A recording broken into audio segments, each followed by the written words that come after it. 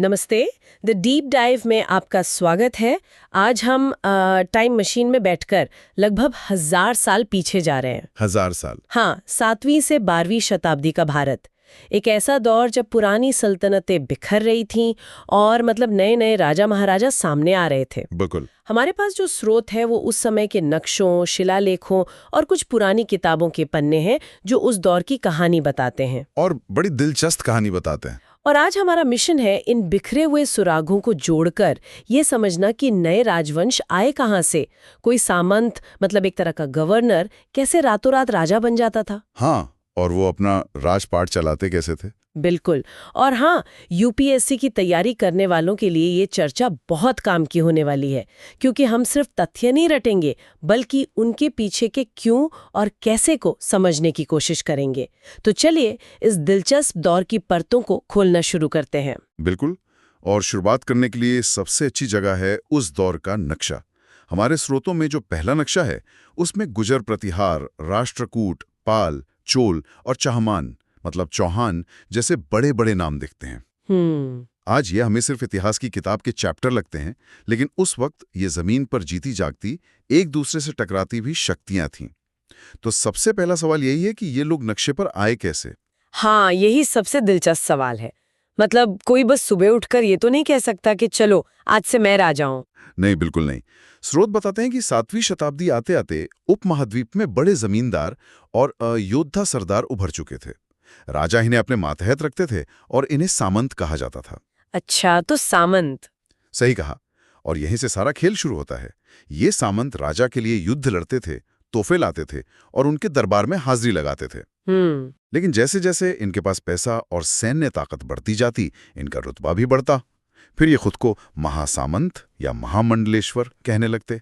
महामंडलेश्वर यानी पूरे मंडल का स्वामी। बिल्कुल। अच्छा, तो ये एक तरह से प्रमोशन जैसा था, लेकिन कभी-कभी प्रमोशन से भी तो मन नहीं भरता होगा। फिर क्या होता था? फिर होती थी बगावत। जब किसी सामंत को लगता कि वो अपने राजा से ज्यादा ताकतवर हो गया है, तो वो अपनी आजादी का ऐलान कर देता था। अच्छा। इसका सबसे क्लासिक उदाहरण है दक्कन के राष्ट्रकूट। ये शुरू में कर्नाटक के चालुक्य राजाओं के सामंत थे। और फिर एक दिन उन्होंने तय किया कि अब और नहीं। ठीक है, 8वीं सदी के बीच में दंतीदुर्ग नाम के एक राष्ट्रकूट प्रधान ने अपने चालुक्य राजा को हराया और फिर एक बहुत ही दिलचस्प अनुष्ठान किया। अनुष्ठान? युद्ध जीतने के बाद? हाँ, और ये कोई मामूली पूजा नहीं थी। इसका नाम था हिरण्यगर्भ, यानी सोने का गर्भ। सोने का गर्भ? उनका विचार ये था कि इसे करने वाला भले ही जन्म से क्षत्रिय यानी योद्धा वर्ण का ना हो, अच्छा, वो क्षत्रिय के रूप में दोबारा जन्म ले लेता है। एक मिनट, मतलब अगर आपके पास ताकत और पैसा है तो आप ब्राह्मणों की मदद से एक ऐसा अनुष्ठान कर सकते हैं जो आपकी सामाजिक स्थिति को ही बदल दे। ये तो एक तरह से अपनी जाति को रीराइट करवाने जैसा हो गया। ठीक यही, ये उस दौर की सामाजिक गतिशीलता का बेहतरीन उदाहरण है। शक्ति से आप अपनी पहचान भी बदल सकते थे। और सिर्फ यही एक तरीका नहीं था। और क्या था? कुछ मामलों में तो ब्राह्मणों ने खुद ही अपने पारंपरिक काम छोड़कर हथियार उठा लिए, जैसे कदम्ब मयूर शर्मन और गुर्जर प्रतिहार हरिश्चंद्र। दोनों जन्म से ब्राह्मण थे, लेकिन अपनी सैन्य कुशलता के दम पर उन्होंने कर्नाटक और राजस्थान में सफल राज्य स्थापित कर दिए। तो मतलब सत्ता में आने के दो रास्ते थे। या तो आप मौजूदा सिस्टम में धीरे धीरे ऊपर चढ़ें और फिर तख्ता पलट कर दें, या फिर अपनी सैन्य ताकत के दम पर एक नया राज्य ही बना लें। बिल्कुल। सत्ता में आने के बाद इन राजाओं ने महाराजाधिराज यानी राजाओं के राजा और त्रिभुवन चक्रवर्तिन यानी तीनों लोकों के स्वामी जैसी बड़ी बड़ी उपाधियां ली। बहुत भारी भरकम टाइटल थे। हाँ, ये टाइटल सुनकर तो लगता है कि ये बहुत ही शक्तिशाली रहे होंगे। क्या सच में ऐसा था? देखिए, टाइटल और हकीकत में अक्सर फर्क होता है। इन भारी भरकम उपाधियों के बावजूद असलियत में उन्हें अपनी शक्ति कई लोगों के साथ साझा करनी पड़ती थी। अच्छा, किसके साथ? अपने सामंतों के साथ, किसानों के संगठनों के साथ, व्यापारियों और यहां तक कि ब्राह्मणों की सभाओं के साथ भी। प्रशासन चलाना एक टीम वर्क जैसा था, किसी एक आदमी का एक छत्र राज नहीं। ये तो बड़ी काम की बात है। तो ये टीम वर्क वाला राज्य चलता कैसे था? मतलब खर्चे के लिए पैसा कहाँ से आता था? सेना, किले, मंदिर, इन सब के लिए संसाधन चाहिए। संसाधन आते थे जमीन से, किसानों से, पशुपालन वालों से, कारीगरों से। इनसे उत्पादन का एक हिस्सा लगान के तौर पर लिया जाता था। एक तरह का किराया। हाँ, राजा खुद को जमीन का मालिक मानता था, इसलिए उसे किराया वसूलने का हक था। और ये लगान कितना होता था, कोई अंदाजा? इसका कोई एक जवाब नहीं है, लेकिन तमिलनाडु पर राज करने वाले चोलों के शिलालेख हमें एक हैरान करने वाली तस्वीर दिखाते हैं। उनमें 400 से ज्यादा अलग-अलग तरह के करों का जिक्र है। 400? आप मजाक तो नहीं कर रहे? मतलब 400 तरह के टैक्स किस किस चीज पर? आप सोच भी नहीं सकती। सबसे ज्यादा जिक्र आता है वेट्टी का। ये कैश में नहीं बल्कि जबरदस्ती करवाई जाने वाली मजदूरी के रूप में लिया जाता था। वेट्टी यानी जबरन श्रम। मतलब ये हुआ कि अगर कोई किसान है तो उसे न सिर्फ अपनी फसल का हिस्सा देना है, बल्कि राजा के लिए मुफ्त में काम भी करना पड़ेगा। हाँ, शायद कोई नहर खोदनी हो या मंदिर बनवाना हो। ये तो दोहरी मार हुई। बिल्कुल। दूसरा बड़ा कर था कदमाई, जो सीधा सीधा भू राजस्व था। लेकिन इसके अलावा घर पर छप्पर डालने पर टैक्स, क्या? हाँ, खजूर के पेड़ पर चढ़ने के लिए सीढ़ी इस्तेमाल करने पर टैक्स, और यहाँ तक कि परिवार की संपत्ति का बंटवारा होने पर भी टैक्स लगता था। ये तो अविश्वसनीय है। मतलब सरकार की नजर हर चीज पर थी। इन पैसों का होता क्या था? इन संसाधनों से राजा का पूरा तंत्र चलता था। भव्य मंदिर और किले बनवाए जाते थे, और सबसे जरूरी युद्ध लड़े जाते थे। और टैक्स वसूलने वाले अधिकारी कौन होते थे? अक्सर ये प्रभावशाली परिवारों के लोग होते थे, और ये पद भी खानदानी हो गए थे। सेना में भी यही हाल था। अच्छा, तो मतलब योग्यता से ज्यादा वंशवाद का बोलबाला था। हाँ, जो शायद बाद में कुछ राज्यों के कमजोर होने की वजह भी बना। तो हमें इन राजाओं के बारे में ये सारी बातें पता कैसे चलती हैं? उस जमाने में कोई अखबार या टीवी तो था नहीं। जानकारी का एक बड़ा स्रोत है प्रशस्तियां। प्रशस्ति यानी प्रशंसा। ये तो सरकारी विज्ञापन की तरह लगता है ना?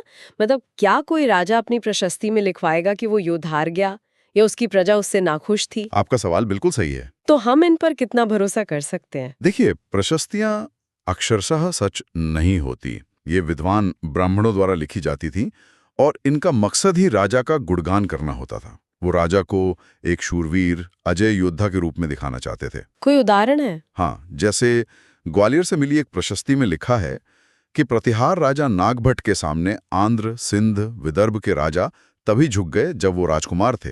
अब ये बड़ा चढ़ाकर कही गई बात हो सकती है। तो फिर इनका फायदा क्या है अगर ये सच नहीं है तो? फायदा ये है कि ये हमें उस दौर के शासकों की उनकी सोच, उनकी महत्वाकांक्षाओं के बारे में बताती हैं।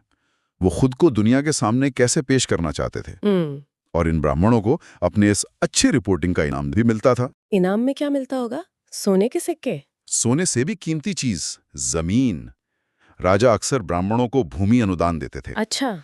इसका पूरा रिकॉर्ड तांबे की प्लेटों पर खोद कर रखा जाता था, जो जमीन पाने वाले को दी जाती थी। ये एक तरह का आधिकारिक दस्तावेज होता था। क्या बात है! चोलों के एक ऐसे ही भूमि अनुदान पत्र में तो बहुत विस्तार से लिखा है कि जमीन के साथ क्या क्या दिया जा रहा है।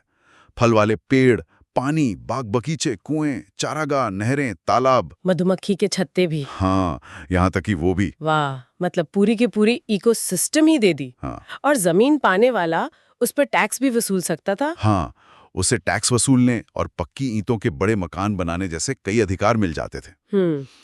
लेकिन इतिहास लेखन में सिर्फ प्रशस्तियां ही नहीं थीं। यहाँ एक बहुत जरूरी अपवाद का जिक्र करना होगा। 12वीं सदी में कल्हण नाम के एक लेखक ने कश्मीर के राजाओं पर राजतरंगिणी नाम का एक लंबा काव्य लिखा। हाँ, ये नाम तो सुना है। इसमें क्या अलग था? कल्हण ने प्रशस्ति लिखने वालों की तरह सिर्फ राजा की तारीफ नहीं की। उन्होंने अपने लेखन के लिए शिलालेखों, दस्तावेजों और चश्मदीदों के बयानों जैसे कई स्रोतों का इस्तेमाल किया। और वो अक्सर राजाओं और उनकी नीतियों की कड़ी आलोचना करते थे। अच्छा, तो ये एक तरह से इन्वेस्टिगेटिव जर्नलिज्म हो गया उस जमाने का। एक तरह से कह सकते हैं। ये हमें दिखाता है कि उस दौर में भी इतिहास को आलोचनात्मक नजर से देखने की परंपरा मौजूद थी। तो एक तरफ राजा का पीआर डिपार्टमेंट है जो प्रशस्ति लिख रहा है, और दूसरी तरफ कल्हण जैसा कोई है जो आलोचनात्मक इतिहास लिख रहा है। खैर, ये सारे राजा जो अपनी इतनी तारीफें लिखवा रहे थे, यकीनन आपस में लड़ते भी बहुत होंगे। बहुत ज्यादा। खास तौर पर कुछ इलाकों पर कब्जे को लेकर होड़ मची रहती थी। गंगा घाटी में कन्नौज शहर ऐसा ही एक प्रतिष्ठित इलाका था। कन्नौज? हाँ, उस पर कब्जा करना अपनी ताकत का इजहार माना जाता था। और कन्नौज के लिए कौन कौन लड़ रहा था? सदियों तक 3 बड़ी शक्तियों, गुर्जर प्रतिहार, राष्ट्रकूट और पाल राजवंशों ने कन्नौज पर नियंत्रण के लिए लड़ाई लड़ी। 3 शक्तियां एक शहर के लिए? हाँ, और क्योंकि इस लड़ाई में 3 पक्ष थे, इतिहासकार इसे त्रिपक्षीय संघर्ष कहते हैं। ये मध्यकालीन भारतीय इतिहास की एक बहुत बड़ी घटना है। और लड़ने का एक और कारण भी था शायद। हमने बात की कि राजा बड़े बड़े मंदिर बनवाते थे। हाँ, मंदिर सिर्फ पूजा की जगह नहीं थे। वे राजा की शक्ति, संपदा और भक्ति का प्रतीक थे, और वे उस दौर के बैंक की तरह भी थे। बैंक की तरह? हाँ, जहां बहुत धन दौलत जमा होती थी। इसीलिए जब राजा एक दूसरे के राज्य पर हमला करते तो उनका निशाना अक्सर ये अमीर मंदिर ही होते थे। इसका कोई बड़ा उदाहरण है? सबसे प्रसिद्ध उदाहरण है अफगानिस्तान के सुल्तान महमूद गजनी का। उसने 1000 से 1025 ईस्वी के बीच भारतीय उपमहाद्वीप पर 17 बार हमला किए। 17 बार? हाँ, उसका मुख्य मकसद यहाँ राज करना नहीं, बल्कि यहाँ के मंदिरों की दौलत लूटना था। गुजरात का सोमनाथ मंदिर उसका सबसे बड़ा निशाना था। और यहाँ से लूटी गई दौलत से उसने अपनी राजधानी गजनी को एक शानदार शहर बना दिया। और इसी दौर में चाहमान यानी चौहान भी थे। हाँ, वे दिल्ली और अजमेर के आसपास शासन करते थे। उनके सबसे मशहूर शासक हुए पृथ्वीराज तृतीय, जिन्होंने 1191 में मोहम्मद गोरी को हराया, लेकिन दुर्भाग्य से अगले ही साल 1192 में उसी से हार गए। हमने अभी महमूद गजनी की बात की जो मंदिरों को लूट रहा था, लेकिन उसी दौर में दक्षिण में चोल शासक राजराज प्रथम और राजेंद्र प्रथम भव्य मंदिर बनवा रहे थे। सही कहा। ये कितना बड़ा विरोधाभास है।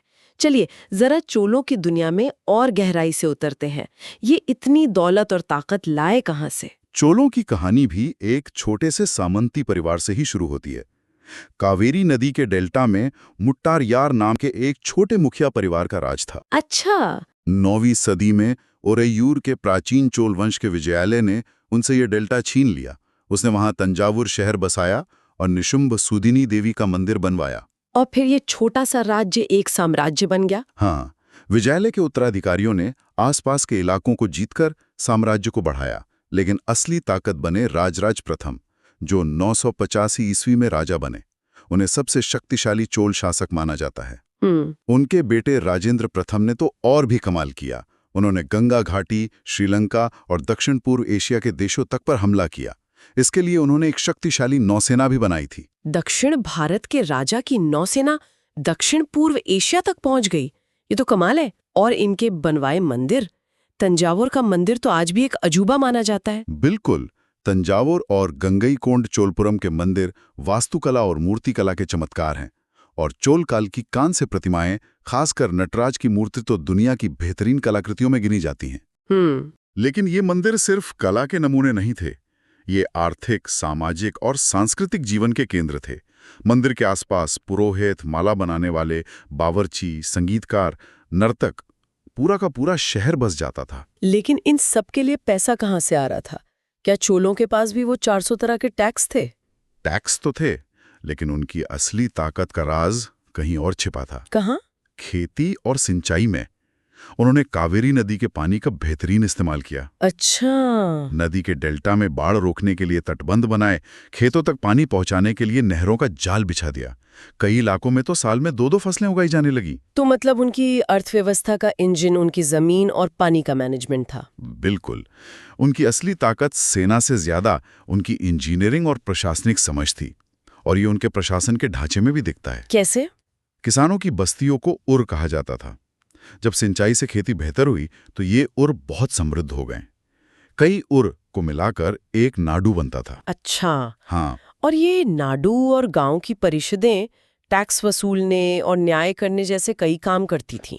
यानी स्थानीय स्तर पर काफी स्वायत्ता थी। मैंने सभा के बारे में भी सुना है। उत्तर मेरूर के एक शिलालेख में इसका जिक्र है। हाँ, उत्तर मेरूर का शिलालेख चोलों के स्थानीय स्वशासन का सबसे बेहतरीन उदाहरण है। ये हमें सभा के कामकाज के बारे में बताता है, जो कि ब्राह्मण भूस्वामियों की एक सभा होती थी। तो इस सभा का सदस्य कौन बन सकता था? क्या कोई भी? नहीं, इसके लिए काफी कड़ी योग्यताएं थीं। शिलालेख में लिखा है कि सदस्य के पास ऐसी जमीन होनी चाहिए जिससे भू राजस्व वसूला जाता हो, उसका अपना घर हो, उसकी उम्र 35 से 70 साल के बीच हो, उसे वेदों का ज्ञान हो, वो प्रशासनिक मामलों में निपुण और ईमानदार हो। कमाल है। मतलब आज से 1000 साल पहले भी वो एलिजिबिलिटी क्राइटेरिया और ईमानदारी जैसी बातों पर ध्यान दे रहे थे। और चुनाव कैसे होता था?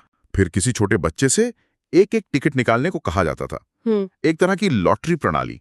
ताकि कोई पक्षपात ना हो सके। एक लॉटरी सिस्टम ताकि चुनाव निष्पक्ष हो। ये तो आज के लोकतंत्र के लिए भी एक सबक जैसा है। तो आज हमने देखा कि कैसे 7वीं से 12वीं शताब्दी में सामंतों से राजा बने, कैसे उन्होंने महाराजाधिराज जैसी उपाधियां तो लीं, लेकिन असल में शक्ति साझा करनी पड़ती थी। हमने 400 तरह के टैक्स वाली चोल अर्थव्यवस्था को समझा और ये भी जाना कि उनकी असली ताकत जमीन और पानी के बेहतरीन प्रबंधन में थी। और उनकी सभा की व्यवस्था तो स्थानीय स्वशासन का एक अद्भुत मॉडल पेश करती है। बिल्कुल। आज की इस बातचीत को खत्म करने के लिए एक सवाल छोड़ जाते हैं।